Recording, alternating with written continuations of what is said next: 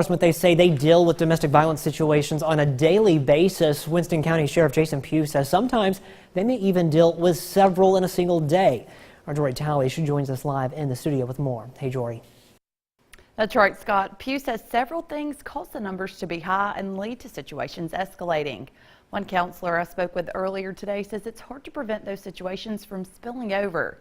He believes in order to prevent these things, it has to start with early education. People still have that, not all the time, but that old mindset of what you'd see in like a Lifetime movie. You know, the abusive husband, the battered housewife. But the thing about domestic violence is that it takes a lot of different shapes.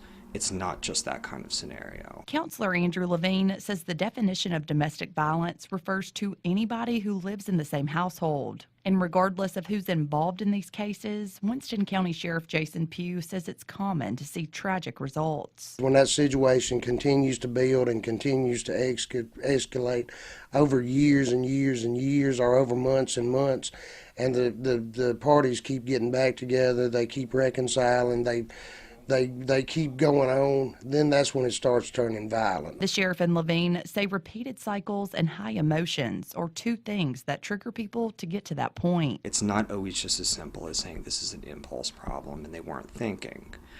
Oftentimes they were thinking, it just wasn't in a healthy way.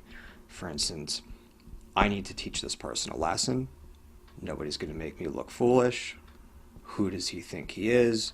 So on and so forth. Pugh says Mississippi has great domestic violence laws in place, but a problem law enforcement often sees is people not using what's available. Looking down the road to say, well, this is my child's father, or this is my child's mother, or, you know, well, we've been together for so many years, or what do we do about the house, or you know, where do I go from here? That sort of thing seems to hinder the process.